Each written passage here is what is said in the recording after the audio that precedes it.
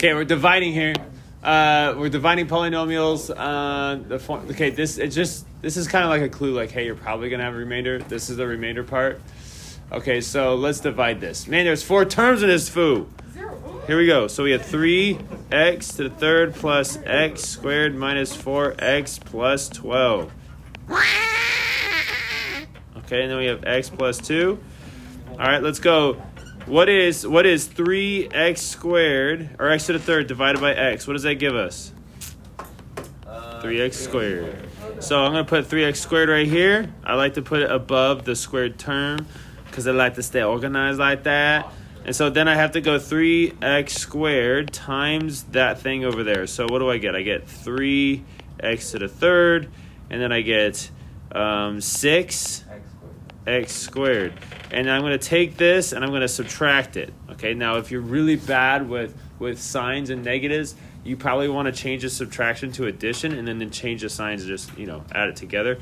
I'm not going to do that this time. I'm just going to write this is 0. And then when I subtract this, I go 1 minus 6, which is negative 5. And then I have x squared. And then I bring down the next term. So it's negative 4x. Now I do it again. I go negative 5x squared. And I'm going to divide that by x. What do I get? I get negative 5x. And so then I put my answer, negative minus 5x. And now I have to take this guy and multiply that dude over there. So when I do that, I get negative 5 times x. That's going to be negative 5x squared. That's right. They should be the same, the first one at least. And then this guy times the next one, that would be negative 10x. So negative 10x. This is where the signs are getting kind of weird because I have negatives in here. Okay, so again, if you're struggling with negatives, you mess up negatives, then after you write this, distribute that negative, so you change the signs of both of those terms. Then you just have to add them together. So here I go, adding them together. Negative 4 and 10. 6x.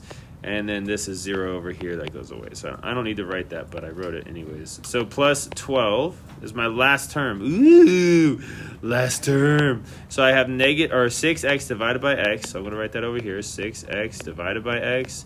That's going to give me 6.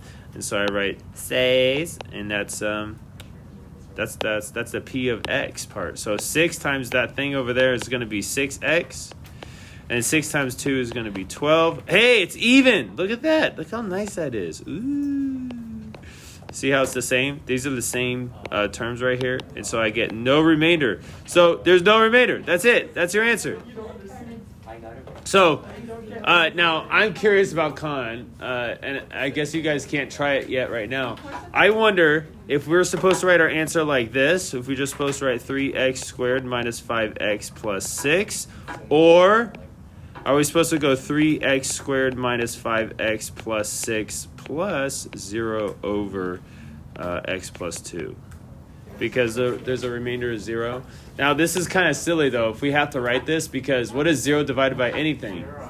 0. Yeah, well, except for 0. You can't divide 0 by 0, but this is 0. So technically, these are two of the same answers. I think they take this one, too. No, it would have been right back to negative. All right, there we go. Right back to negative.